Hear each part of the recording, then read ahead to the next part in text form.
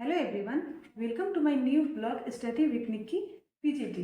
BPSC TRE 3 result आने के बाद जो मैंने वीडियो डाला था उस वीडियो पर आप लोगों ने बहुत सारे अच्छे अच्छे कमेंट किए हैं और ढेर सारा कॉन्ग्रेचुलेशन आया है।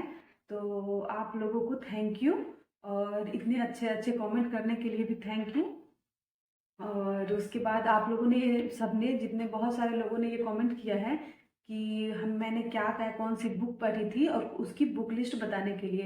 तो फ्रेंड्स, मैं आपको बता दे रही हूँ कि बीपीएससी टीआरई 4 अगर आप दे रहे हैं तो सबसे पहले आपको ये करना होगा कि बीपीएससी टीआरई 1, बीपीएससी टीआरई 2 और बीपीएससी टीआरई 3 जो भी क्वेश्चन पहले आ चुके हैं उसको आप अच्छे से उसका अध्ययन करिए। चाहे आप जीके जीएस हो, चाहे आपका जो पेपर हो उसमें। क्योंकि बीपीएससी टीआरई 3 जो अभी पेपर हुआ है उसमें बहुत सारे क्वेश्चन रिपीटेड आए हुए हैं टीआरई 1 और टीआरई 2 से। तो उस क्वेश्चन को आप या तो वाईटी में देख सकते हैं और नहीं तो आप ऐसा कर सकते हैं कि उसकी कोई भी सॉल्व पेपर मार्केट में आ गई होगी तो बीपीएससी टीआरई 1 से लेकर के टीआरई 3 की आप सारे क्वेश्चन सॉल्व कर जाइए। उसके बाद आपको उसके बाद आप बुक्स की बारी आती है तो सबसे पहले आपको स्टार्ट करना होगा एनसीईआरटी से। एनसीईआरटी तो आपने सीटेट में भी 6 to 8 की 8 तक पढ़ी होगी। तो लेकिन इसमें आपको अगर आपका पीजीटी या टीजीटी है तो आपको 12 तक की एनसीईआरटी पढ़नी ही होगी। इससे क्या होगा ना कि आपका कॉन्सेप्ट अच्छे से क्लियर होगा और एनसीईआरटी से बहुत सारे क्वेश्चन भी आते हैं। तो मैंने भी बीपीएस ये टीआरई 3 के लिए एनसीईआरटी पढ़ा था। टीआरई 2 में मैंने नहीं पढ़ा था एनसीईआरटी 11 और 12 का। तो मुझे बहुत प्रॉब्लम भी हुआ था। आपको पता है कि मेरा वो पेपर नहीं निकल पाया था। तो इसलिए मैंने टीआरई 3 में 11 और 12 की भी एनसीईआरटी पढ़ी है। तो वो मैं बुक लिस्ट आप लोगों को इस वीडियो में दिखा देती हूँ। और उसके बाद मैंने एक सॉल्व पेपर लिया टीआरई 3 में यूथ कंपटीशन की, जो कि मुझे बहुत अच्छी लगी क्योंकि जब मेरा टॉपिक क्लियर होने लगा ना तो धीरे धीरे मैं उसमें से क्वेश्चन करते जाती थी। और अभी आप लोग फिलहाल टेस्ट सीरीज नहीं करिएगा क्योंकि टेस्ट सीरीज ऐसा हुआ है ना कि अगर आपने पढ़ा है तो ही आप टेस्ट सीरीज लीजिए। और अगर अभी आपने पढ़ा है तो क्योंकि अभी बीपीएससी टीआरई 4 का नोटिफिकेशन भी नहीं आया है तो अभी टेस्ट देने से कोई फायदा नहीं है। अभी आप अच्छे से स्टडी करिए। और क्या कर सकते हैं आपकी अगर एनसीईआरटी आपके पास है और पढ़ रहे हैं तो आप एससीईआरटी क्लास 9 और क्लास 10 की पढ़ सकते हैं। अगर आपके पास नहीं है तो कोई बात नहीं, लेकिन बिहार बोर्ड की जो एससीईआरटी बुक है ना 9-10 की, उसमें बहुत सारे कंटेंट दिए गए हैं अच्छे अच्छे। बेटर है कि देखिए, मैंने जीके जीएस के लिए एनसीईआरटी की सारी बुक्स नहीं पढ़ी थी। मैंने सिर्फ क्लास 6 से 12 तक अपना जो सब्जेक्ट है उसी की एनसीईआरटी पढ़ी थी। तो आप लोग अभी जो अपना सब्जेक्ट होगा टीजीटी और पीजीटी में तो उसकी ही एनसीईआरटी पढ़िएगा। क्योंकि ज़्यादा ये रिसोर्सेज भी अपनाना बहुत ये हो जाएगा, हौच-पौच हो जाएगा और फिर आप एग्जाम में जा कर के क्वेश्चन सॉल्व नहीं कर पाएंगे। तो इसलिए जो पढ़िए लिमिटेड पढ़िए और उसी को बार बार रिविजन कीजिए ताकि एग्जाम में आप अपना क्वेश्चन सॉल्व कर सके। तो मैं आपको दिखा दे रही हूँ अपना बुक्स, और आप भी ये बुक ले लीजिए और उसी से अपना ये स्टडी शुरू कर दीजिए।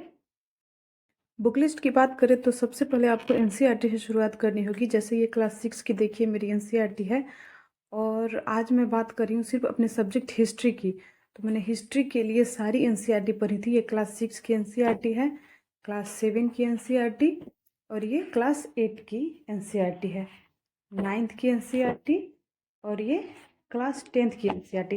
तो 6 to 8 तो एनसीईआरटी जो है वो मैंने ना सीटेट के समय भी पढ़ी थी, आप लोगों ने भी पढ़ा होगा। तो 6 to एनसीईआरटी का मैंने कोई नोट्स नहीं बनाया है। यहाँ पे बुक में जो साइड में स्पेस होता है ना तो मैं यहीं पे लिख दिया करती थी।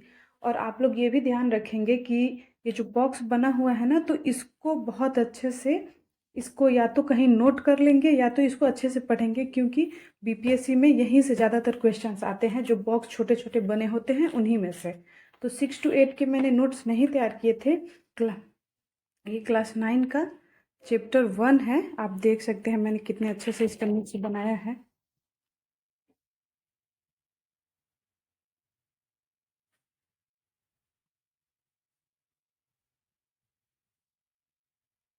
तो ऐसे ही आप चाहें तो अपने एनसीईआरटी क्लास 9 और 10 की नोट्स बना सकते हैं। और उसके बाद आप लोग अपनी, या फिर अगर आप नोट्स नहीं बनाना चाहते हैं तो फिर कोई बात नहीं है, आप एनसीईआरटी की जो बुक्स पढ़िए तो उसी में अंडरलाइन कर लीजिए या हाईलाइट कर लीजिए और उसके बाद जो स्पेस होता है ना साइड में उसी में आप नोट कर लीजिए। यहाँ पे जो स्पेस है ना, आप इसी में नोट कर लीजिए, ताकि फिर आप नेक्स्ट टाइम पढ़े ना तो आपको वो कीवर्ड पढ़ने के बाद से ही याद हो जाए। अब आते हैं, देखिए क्लास 11th की भी मैंने एनसीईआरटी पढ़ी है, तो क्लास 11th के लिए मैंने ये हम मैंने केजीएस बीपीएससी से केजीएस से बीपीएससी का क्लास किया है, तो उसी में सर ने हम लोगों को बताया था ये पढ़ने के लिए। तो मैंने जो बीपीएससी के लिए पढ़ा ना, उसी से मैंने मतलब पीजीटी का पेपर दिया है, हिस्ट्री मेरा उसी से कवर हो गया। तो आप देख सकते हैं, ये एंशियंट है, रामशरण शर्मा की बुक है, और देख लीजिए इसमें मैंने हाईलाइट करके पढ़ा है।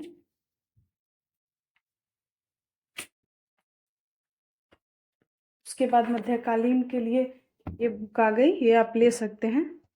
ये देखिए, ये सतीश चंद्रा की बुक है, और इसको भी, इसमें भी मैंने हाईलाइट करके ही पढ़ा है, और कुछ की पॉइंट्स होते थे ना, तो मैं इसको नीचे ही नोट कर लेती थी, जिससे कि मुझे ये चीज़ याद रहे।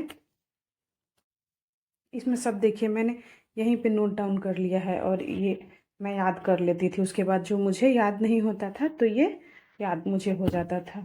और अब ये मॉडर्न हो गया, तो इसको भी आप देख सकते हैं, ये बिपिन चंद्रा की है, और इसको भी मैंने इसी में हाईलाइट किया है, तो आप भी बुक में ही हाईलाइट करके पढ़ सकते हैं। अब देखिए फाइनली ये तो हो गया बुक, और मैंने अपने जो नोट्स बनाए हैं, तो आप अपने खुद के हैंड रिटन नोट्स जरूर बनाइएगा। ये मेरा बीपीएससी बैच का नोट्स है।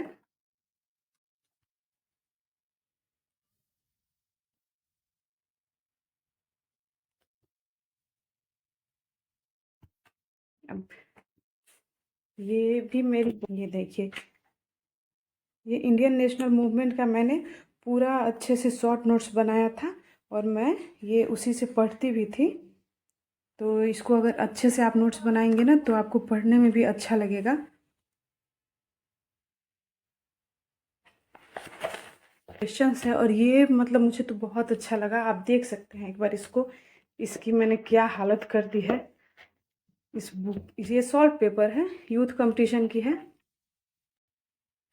देन फ्रेंड्स, कैसी लगी आपको मेरी बुक लिस्ट, ये कमेंट जरूर कीजिएगा, और आपके जो भी कुछ अगर सवाल होंगे तो आप मुझे कमेंट में ज़रूर बताइएगा।